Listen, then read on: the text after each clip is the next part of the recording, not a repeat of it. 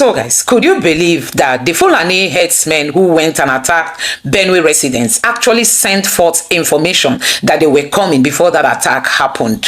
People got this information and they kept quiet. The security agencies kept quiet until more than 200 lives were taken. I'll give you an example. Before the Yelwata thing happened, the sad, barbarous attack on the people, the peace-loving people in Yelwata, I had on the 27th of last month a security alert sent to me by somebody that the Fulani were planning to attack Yelwata. I have it on my phone.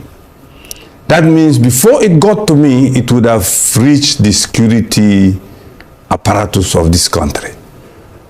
Unfortunately, when you see a government where deliberately, Mr. President, irrespective of my appreciation of his visit to Benue, whether it achieves some objective or not, at least it's better than that of the former president.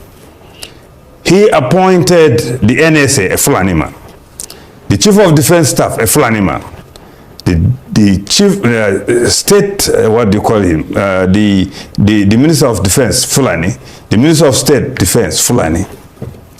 Now, when such information reaches these high offices, do you think it will go beyond that? It will not. But those are just allegations. It is not issue. Whether it is an allegation, a security report, if an ordinary citizen like me can have it forwarded to my phone by somebody. And you can authenticate the source of that the security apparatus in this country would have had it. The DSS would have investigated it. The DIA would have investigated it. They would have confirmed. But when the people at the top are people who belong to those ethnic nationalities being under consideration or under probe, then what would become of it? Nothing. So if on 27th, an ordinary person like me got a wind of this thing, and it came and happened, and people were massacred, over 200, then you know there's something wrong in this country. What the Totif said is correct. Just add to that and say it is being driven by Islamization and Fulanization. My dear people, it's a sad news in Nigeria that security operatives that are meant to protect lives and properties of the citizens are now the ones joining hands to commit mayhem. Or should I say that they are not active again? Honestly speaking, it's a sad news. Now, this man went to Arise TV yesterday, still on Benue, the mayhem that happened in Benue State. This man said that before the Fulanis came, that they gave them warning. In fact, they notified them that they are coming. And you know what? The security operatives were aware of that warning and that threat. Yet, they didn't do anything. And unfortunately, the Fulani showed up and commit all the things they committed. Now you ask yourself, are our security operatives, are they not functional again? Or should I ask the other question? Now, he said this allegedly because he do not have any proof for that. But personally, after watching this, I believed it. Do you know why? You remember a couple of months ago, the same thing that happened in Benue State. You remember the same thing happened in Ebonyi State. You know Nigeria now, once you do now, even this Benue old, everybody don't forget them. It's just about 4 or 5 days ago. Everybody, they will don't forget them now. Nobody talk about it again. 200 people don't pile like that. That one don't go. In fact, as I'm speaking to you, yesterday being Saturday, Fulani Herdsmen still killed about 48 people there in Benue State as I'm talking to you. Holy Jesus. Now, back to what I was saying. The same thing happened in Ebonyi State. Now, when the report of that Ebonyi State own came out, the people that was left in that community, the few people that was left, because Fulani came and unalived everybody. Of course, I'm going to show you a bit of the clip of that Ebonyi incident. The few people that were remaining came out and said that Fulani notified them. And they took the notice to the security operatives. And the security operatives told them to calm down, that nothing is happening, that they have settled with the Fulanis, that nothing, everybody should be calm, that they should go inside their house, that no wahala. You know what? The Fulanis struck as they threatened. The security operatives are aware. And even all the hours, this is not a 30 minutes attack. This is not a, they took time. Even all the time they were there doing all those atrocities, no security operatives were found or were seen challenging the Fulani Herdsmen. None. Please, it's just unfortunate. Honestly speaking, it's just unfortunate. Anyway, let me allow you now to watch and hear what this man said about that Benue Katakata will happen. Oh, yes. Just watch it and hear what he said, because there's a lot that we have not had that, you know, I tell you, anyway, let me just allow you to watch this. Just hear it from the horse's mouth, and then you drop your comment on the comment section what you think. I was surprised at the tremendous amount of information had by DSS. I was shocked. We in DI, I was in Defense Intelligence Agency, and when they were forced to bring out the files, I was shocked. They have so much information at DSS presently, as I'm talking about what I'm talking about. They have. But you see, if a fish is going to get spoiled, it's going to start getting spoiled from the head. The DSS will not do anything except the Commander-in-Chief's body language shows that this is the direction I want to go. That is where the problem is. The DSS has tremendous information. By the time 2023 is here and somebody take over and wants to undo some of this evil that I've seen in this country, you'll be surprised names that the DSS will bring out. They have the information. There's nothing I'm going to say here that they don't have. The defense headquarters have the solution for the kinetic aspect. They do. I'm not going to come here to advise them. I work with them, and they're still there. The chief of naval staff was in the intelligence with me. We were together in Defense Intelligence Agency. That's Vice Admiral Gambo. I know these people are good. They know what to do. It's not that they have problems. It has to do with politics, the sponsors, people that feel that this country should be Islamized. You know, assuming but not conceding that, I mean, that all of this is the case. So what is the end game? Because I imagine as a strategist, that's what you think about too. So these things are happening. What is the end game? So why will this be allowed to fester? For what purpose?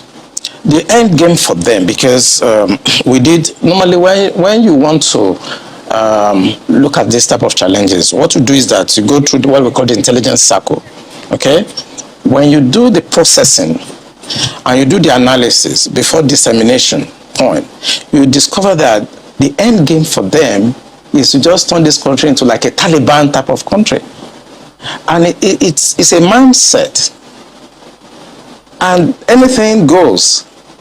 In other words, 10% casualties, 20% casualties is allowed in trying to achieve the end game of Islamizing this country. That's for the terrorists, the bandits. It's not for the terrorists and the bandits, for the sponsors. Because I told you, and I will repeat on this channel, the sponsors of Boko Haram and the bandits are the problems.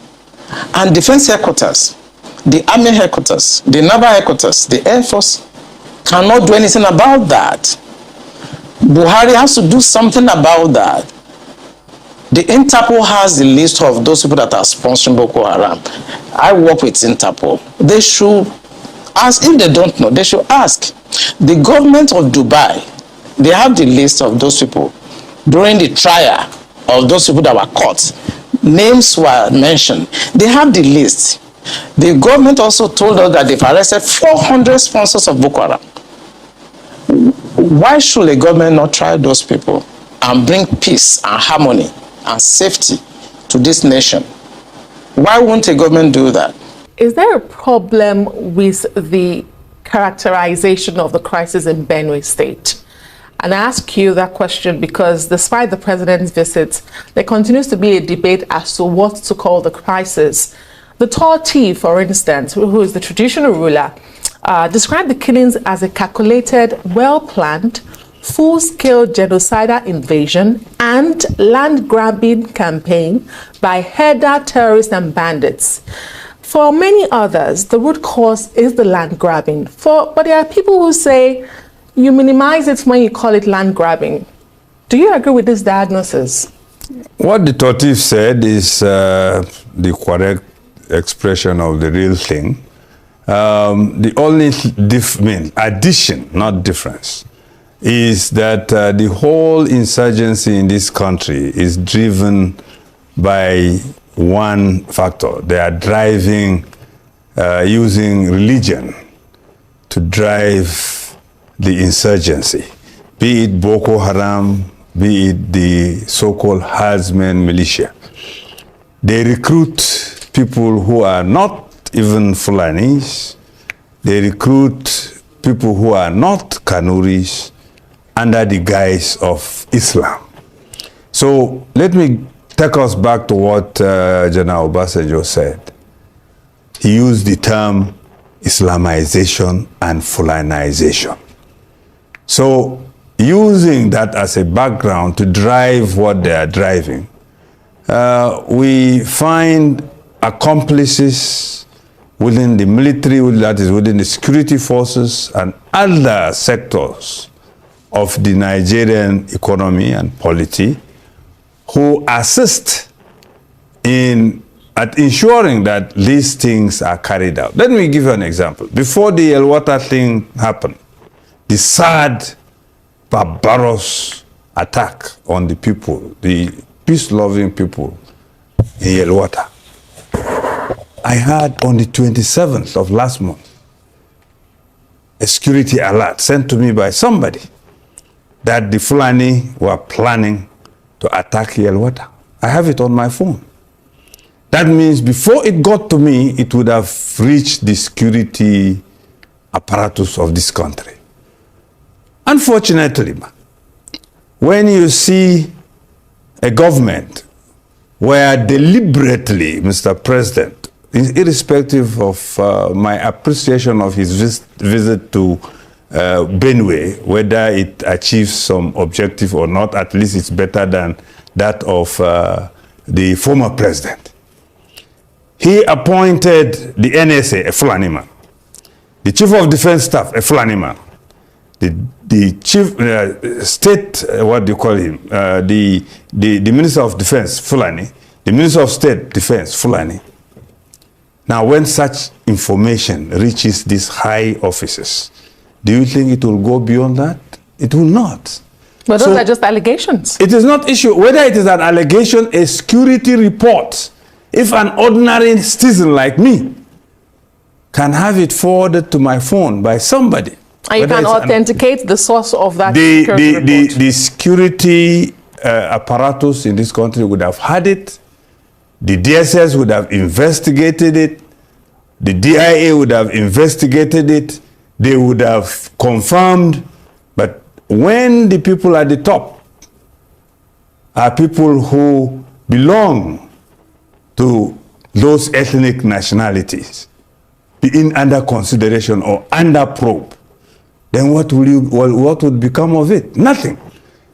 So if on 27th, an ordinary person like me got a wind of this thing, and it came and happened, and people were massacred, over 200, then you know there's something wrong in this country. What the Totif said is correct. Just add to that and say it is being driven by Islamization and Fulanization. Okay, so you're characterizing it and ethnicizing it.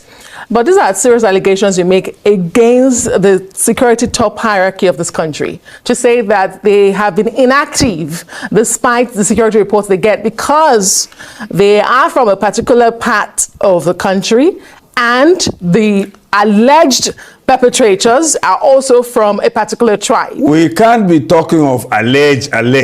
The people who are attacked used to see, used to listen, used to hear the language of the attackers. Oh, because I don't It is not an issue of, we cannot be saying after over 10 years of people being attacked, that everybody couldn't identify the people who are attacking.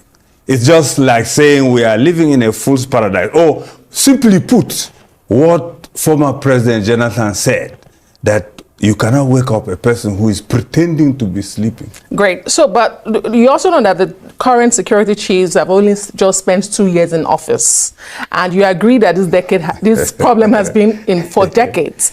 Let me also ask you, if this is indeed, as you describe it, a full-scale genocidal campaign, what then does justice look like? What concrete steps should be taken? The whole approach to fighting insecurity and insurgency has to change. Up to now, there are still areas left for these people who are limited in the resources they have to fight. Anybody telling you that the insurgents are better equipped than the military is just deceiving you. They have only rifles. And those rifles, some of them have some, what do you call, RPGs. And some of them have AA anti-aircraft guns, which sometimes they use to overwhelm soldiers because of the reach or the distance such projectiles can reach. But the military has much more. We have an air force which they don't have, and we have intel which they don't have. Yes, there could be moles within the security forces, but those moles cannot give them the kind of intel our security forces has or have. So, the methodology for fighting crime has to totally change. You can't just keep military forces in locations and then expect them to just be protecting people when they are attacked, rather than going after the attackers. There are so many camps in Nasarawa where Benue is attacked, where Plateau is attacked, where Southern Kaduna is attacked, and where Taraba. All majority of these camps are in Nasarawa state. The military know where they are, the security forces know where they are, rather than waiting for these people to attack. They are supposed to go and clean them up. Up to today, as we are talking, we are here. This evening before I came here, Goza was under attack. Are you saying that the military, the security forces don't know where the attackers were before they came to attack Goza? As we are talking, Damboa to Biu has been left completely for Boko Haram. Are we saying the military don't know where the attackers are, where the Boko Haram is located? So the security forces have always known where the perpetrators of this evil stay. Lately, just some few days ago, there was a meeting between insurgents and some security forces, and the security forces accompanied them. It was videos and it was trending. So the issue in Nigeria is, I don't know if we have a system or a real government in place that has responsibility as defined by the Constitution. That is to say, governance is in place for security and welfare of the people. I don't think that applies in this country. But you do know that every trending video is not factual. I just have to I do know that. I do know strongly that many things are cooked up. Yes.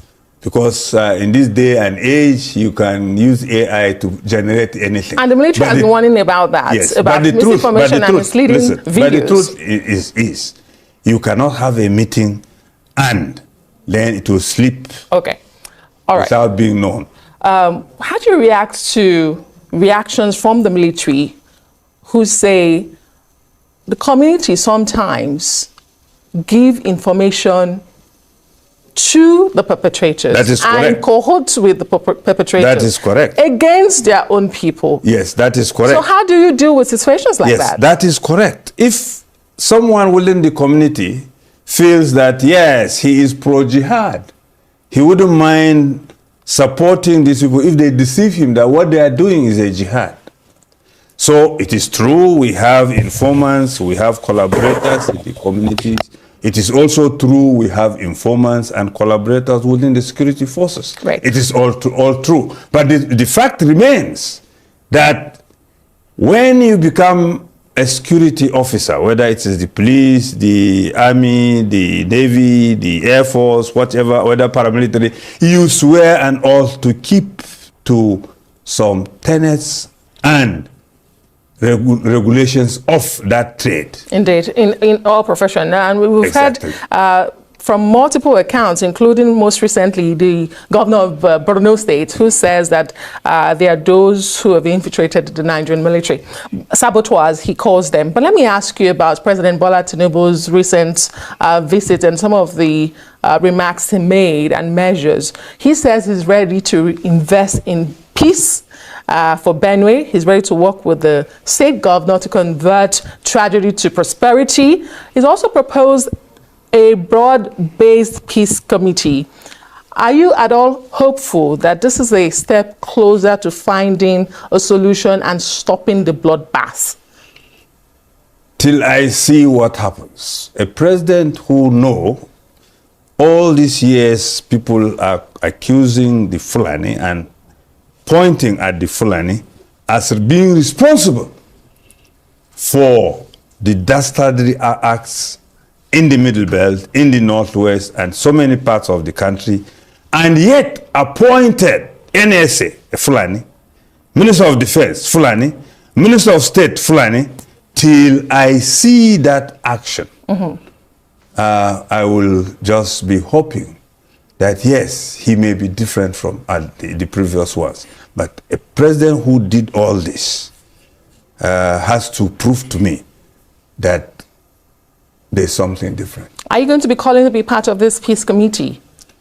And all of these allegations you have brought forward today, are you going to be pushing it to the committee, Mr. President? We will make our suggestions, whether they are taken or not. In the papers yesterday, today, and it will be trending, along with our friends in the south, that's Pandev, Ahaneze, Ndibo, and Afenifere. We have put our case across so that the government would see there are some things that have to be done as irreducible minimum to make this country move. Okay. A good place to leave it. Thank you so much for sharing your thoughts and your opinions. Dr. Beatrice Pogo is the president of the Middle Belt. And what happened to your community? This is Amegon Nkaleha, initial local government area of Ebonyi State. I can see some people are carrying food, some people are carrying their wares, their everything that remains in their houses, migrating to maybe a safer place where they can at least have a sleep. Can you tell us what happened in your community? Simon Ide. Ihe Bible first of this month. Ndami, the ndị local government, the officers of Ebonyi State, they are Lebanon. They came here. But also on the security. They came with the security. That they came here to make peace. And you help the leaders of the community, including women fellowship. Then after discussion with them, including women fellowship. They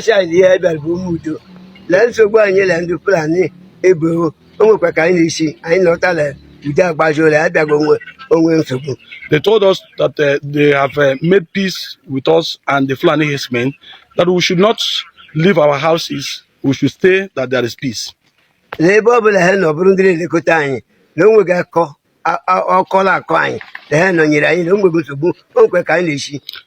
us that we should not leave our houses, we should not leave our community, that nothing will happen and nothing will happen to us. Quarter to 9 o'clock, 2nd of February.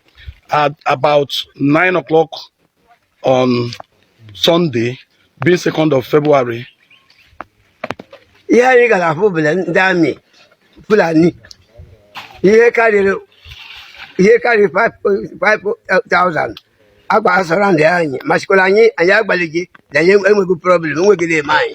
Just less than few hours, about less than 10 hours after the soldiers and some government officials, police came here to tell us that we should not leave our houses. Less than 10 hours, a group of people numbering hundreds surround our community and started attacking us. We don't know. We didn't know that those attackers came in the night and surrounded the community. Exactly 9 o'clock. Immediately we woke up and we were preparing to go to church. What we were hearing is just guns. They are burning houses. We don't know where to run to. They went even to the church and killed 2 persons.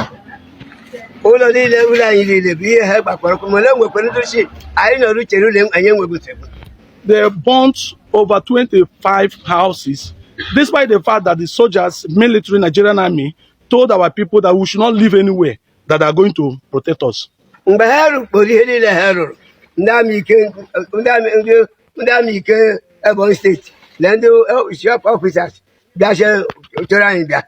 After they have killed over 18 persons, burnt houses, the soldiers, the Nigerian army, operatives, they came back. They were telling us sorry.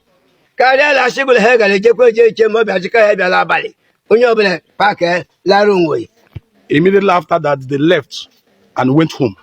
They did not even stay to even protect the remaining people that were staying around. They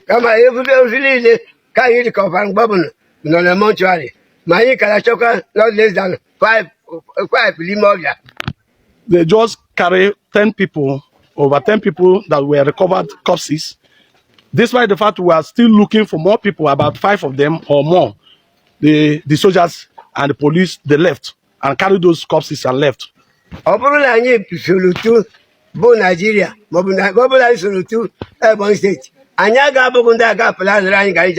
one day. If we are part of this country and part of Ebonyi State, our security agencies should not be planning how to kill all of us.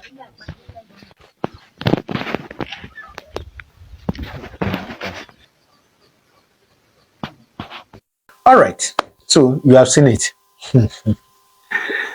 As I said earlier, those people where they cry, they don't go, we don't forget them with that, Abi. No wahala. Please do well to drop your comment on the comment section what you think, all right? I'll see you in my next video. Thank you very much and God bless you.